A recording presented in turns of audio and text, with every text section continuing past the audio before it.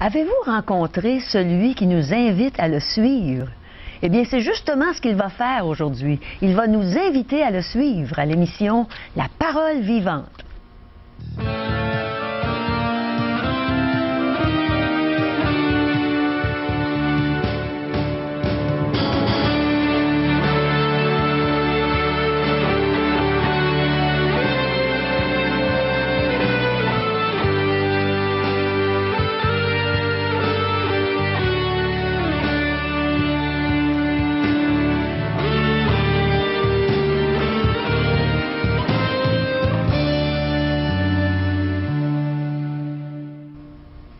Bonjour nos chers amis.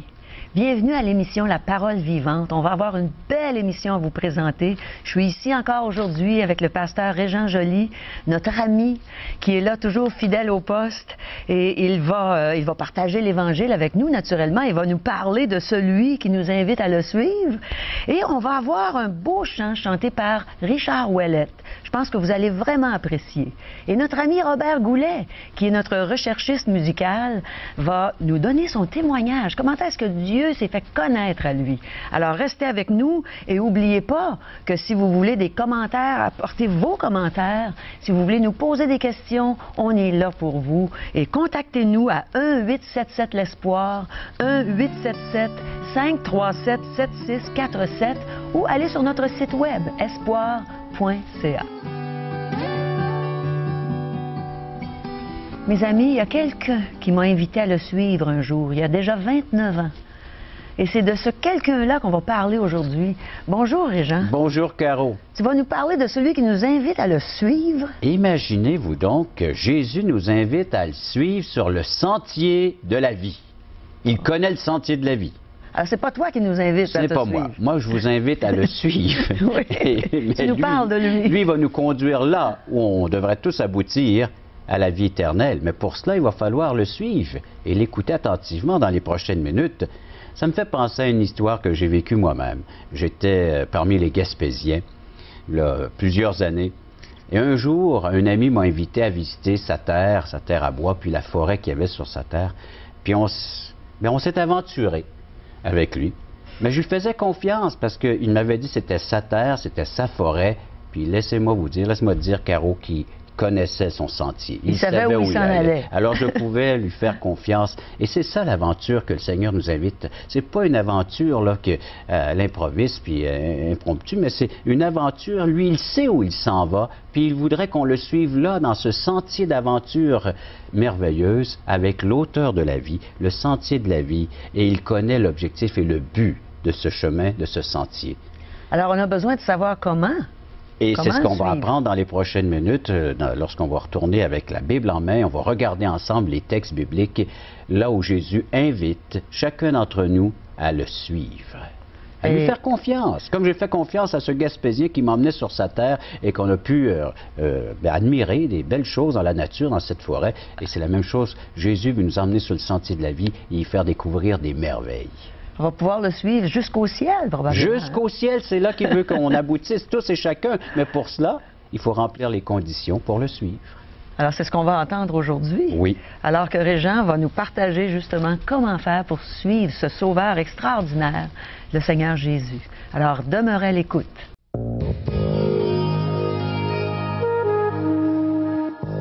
Alors, si ce n'est pas encore fait, je vous invite à vous asseoir confortablement, la Bible en main, et de suivre ce que Régent va nous partager dans l'Évangile. Et le texte de base, Caro et chers téléspectateurs, c'est dans l'Évangile de Jean, chapitre 1, et le verset 43. Alors, je m'en viens. Court verset, Caro. Le lendemain, après avoir rencontré André, Pierre, le lendemain, Jésus, il lâche pas, hein? Il est toujours en train de travailler. Jésus voulut se rendre en Galilée. Il rencontra Philippe et lui dit, « Suis-moi. » C'est court, hein? Comment est-ce qu'on fait pour suivre Jésus? Bien, on a quand même le premier exemple ici, c'est d'être à l'écoute de la voix VOIX, hein, pour suivre la VOIE de Jésus, la voix. Il faut entendre sa voix. Il faut entendre sa voix, il faut entendre un appel, une invitation. Il dit à Philippe, « Suis-moi. » Avez-vous déjà entendu Jésus vous appeler, vous interpeller vouloir le suivre comme ça dans son chemin, dans son sentier de la vie qui mène votre vie présentement. Mais Régent, comment est-ce qu'on peut entendre la voix de Jésus aujourd'hui? En prenant la Bible, et en la lisant, puis en la méditant, puis en écoutant Parole vivante, puis en écoutant les émissions qui nous emmènent Jésus-Christ comme étant le Sauveur, le Dieu fait chair. On peut l'entendre. Aujourd'hui, il vous parle. Il vous invite personnellement, par l'intermédiaire de ses servantes, ses serviteurs, par ceux et celles qui le connaissent intimement, et il vous lance cette invitation, vous aussi maintenant, de le suivre à son tour. Et j'étais là, est-ce que Dieu vous a déjà interpellé, vous a déjà appelé? Qui dirige votre vie présentement? C'est la grande question. Est-ce que vous seriez prêt à faire confiance à Jésus pour qu'il devienne celui qui guide votre vie? Mais tu sais qu'on est dans un siècle où on n'aime pas ça, que quelqu'un d'autre vienne nous dire quoi faire, guider notre vie, diriger notre vie. Alors comment est-ce qu'on peut avoir confiance? Lorsqu'on est perdu, Caro, on aimerait bien que quelqu'un vienne nous sortir. Hein? Okay, là, si je suis perdu dans la forêt ou si je suis perdu, supposons, on se promène en ville, là. Puis là, on se perd. Justement, je me perds souvent. Bon, l'exemple. Quelqu'un qui est sauvé, je suis souvent alors, un bel exemple, hein? On se perd en ville. Que faisons-nous? Puis on cherche des points de repère, puis on va aller voir des gens qui s'y connaissent, dire comment fait-on pour se rendre à telle destination? Hein? Ouais.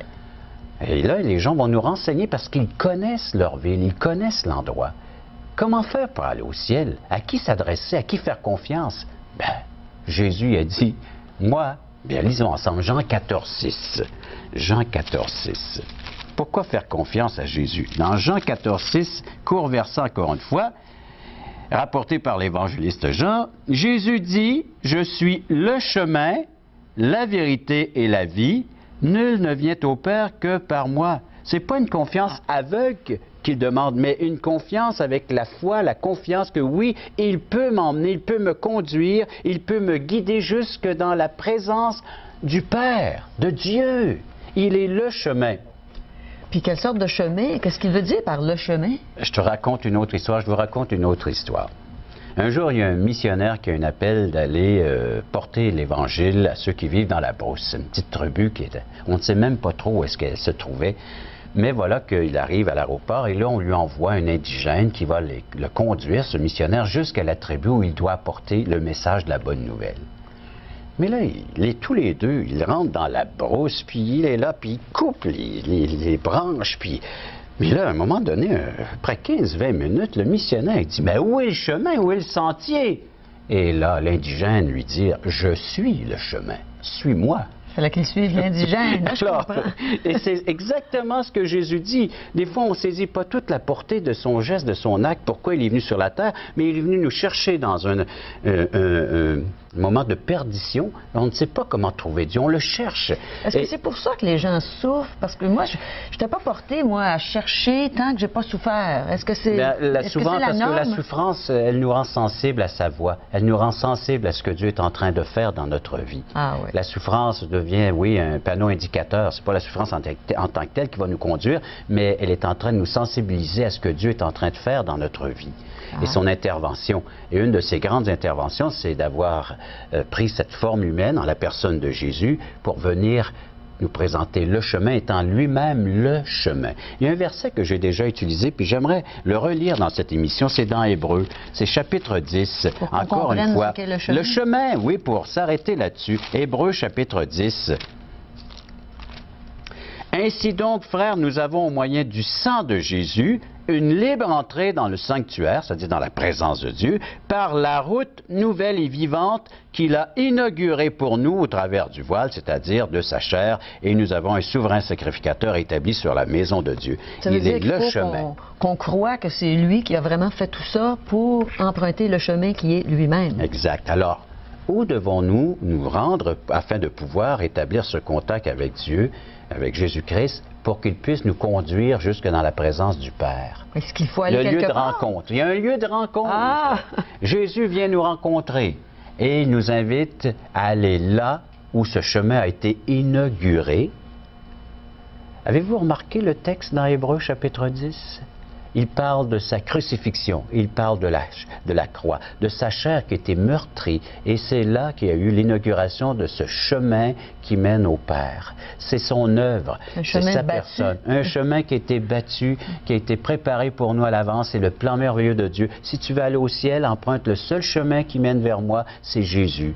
Et est inauguré ce chemin par cette croix. Alors c'est à la croix que je dois rencontrer premièrement le Seigneur Jésus-Christ. C'est là qu'il m'invite à le rencontrer personnellement. Pourquoi la croix? Pourquoi? Comment est-ce qu'on peut aller à la croix? Parce que tous les accès sont fermés.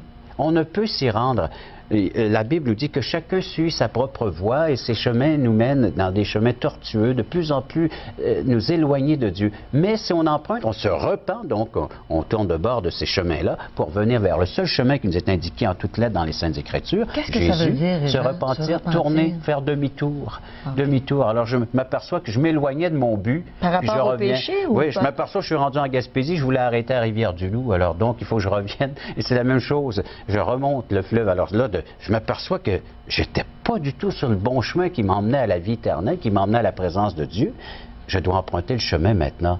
Alors je dois le confesser, je dis oui, j'étais sur un chemin qui m'égarait de plus en plus. C'est par rapport au péché ou... Le péché. Okay. Le péché qui me fait vivre d'illusions, qui me fait vivre, qui me trompe. C'est le mensonge, l'erreur qui me dit, regarde, tu es sur une bonne voie, tu es correct comme ce reste, tel quel. Mais Jésus-Christ, regardez dans Jean, chapitre 8, verset 12. Un chemin, comme je vous dis, que c'est pas un chemin qu'on suit aveuglement. Dans Jean 8, 12, Jésus leur parlait de nouveau, il dit, « Je suis la lumière du monde.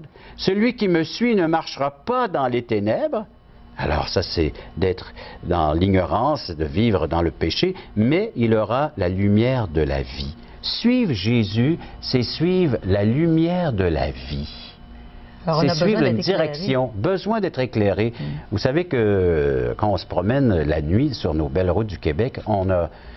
En tout cas, moi, je suis content de voir qu'il peut y avoir des lampadaires, puis ces lumières qui m'indiquent que je vois le chemin, déjà les phares de mon automobile, mais de voir aussi que ces lumières qui peuvent m'indiquer le chemin. On voit ça à vol d'avion, hein? On voit toutes ces autoroutes, ces belles routes, puis on voit ces lumières qui sont là. C'est tous des chemins, c'est ça. Et Jésus-Christ dit, je suis cette lumière. Je suis celle qui t'éclaire pour te dire, oui, voilà le chemin qui va aboutir au ciel, à la présence de Dieu, à la présence du Père. Emprunte-moi, suis-moi. Mais comment est-ce qu'on peut être sûr que c'est vraiment Jésus qu'on suit? Comment est-ce qu'on peut être certain? À cause de ces déclarations solennelles, puis de ce qui a été rapporté dans l'Ancien Testament et dans le Nouveau Testament, ce Jésus est cette personne toute désignée que nous retrouvons par les prophètes et par les apôtres. Et encore, c'est le seul chemin, le seul nom qui a été donné parmi les hommes par lequel nous pouvons être sauvés et avoir cette assurance que oui, lui, il va me conduire au ciel. Pourquoi? Parce qu'il est le seul qui est venu de l'autre côté, de l'au-delà, ou d'après la mort, parce que pour nous, c'est la mort qui va nous emmener. Lui, il est venu de l'autre côté pour venir ici-bas et nous dire comment ça se passe de l'autre côté. Il le sait, lui. Un peu comme l'indigène qui venait de ce village et qui connaissait très bien comment se rendre à ce village pour y conduire le missionnaire. Jésus-Christ est le missionnaire qui est venu, lui, du ciel pour venir chercher ceux qui étaient perdus dans leurs pensées, égarés, et par le fait même nous conduire dans le seul chemin qui conduit au Père. Alors, il sait, lui, tout cela. Je peux lui faire confiance. Tu vois, la foi, la confiance, c'est ça, c'est je découvre qui est ce Jésus, j'y place ma confiance et par le fait même, il dirige ma vie. Je lui obéis, c'est tout simplement ça, le verbe obéir. Peut-être des gens qui disent, comment ça obéir au Seigneur? Bien écoute, si on sait que c'est lui qui possède la vérité concernant le lieu céleste ou ma demeure céleste, parce que dans Jean 14, un dernier texte que je vous partage, dans Jean 14, il parle à ses disciples, à ceux qui l'ont suivi, comme Philippe, suis-moi, et il dit que votre cœur ne se trouble point. J'avais besoin d'entendre ça, moi. Croyez en Dieu et croyez en moi. Croyez en Dieu, croyez en moi. Il y a plusieurs demeures dans la maison de mon Père. Si cela n'était pas, je vous l'aurais dit. Je vais vous préparer une place. Et lorsque je m'en serai allé et que je vous aurai préparé une place, je reviendrai, je vous prendrai avec moi afin que là où je suis, vous y soyez aussi. Mais à qui est-ce qu'il s'adresse quand il dit je vais vous préparer une place? À ceux qui ont décidé volontairement de le suivre. Comme nous. Comme nous et comme les téléspectateurs. J'espère, moi, de tout mon cœur que vous allez faire ce choix, cette décision maintenant, que oui, il n'y a qu'une seule direction, qu'un seul chemin, qu'un être qui peut m'éclairer sur le sens à ma vie présente et me donner tout cet espoir concernant mon éternité, de savoir que mon âme ira directement, qu'une fois que la mort viendra nous chercher, que mon âme ira directement dans la présence de Dieu, mon Père céleste, parce que je suis le seul chemin qui peut m'y indiquer puis qui peut m'y conduire, Jésus. Quand on comprend ça, on n'est plus troublé, hein, Régent? C'est la paix, c'est la joie, parce que nous avons comme guide le Seigneur Jésus, celui qui a déjà marché sur ce sentier qui mène au Père. Je ne fais que le suivre dans son enseignement. Alors, c'est vraiment plus clair maintenant que Jésus est le chemin. Toi, suis-moi. Oui, sur le chemin. Jésus qui est le chemin, la vérité et la vie. Alors, méditons sur ce beau message, ce Jésus merveilleux qu'on peut suivre et écoutons un beau chant de Richard Ouellet.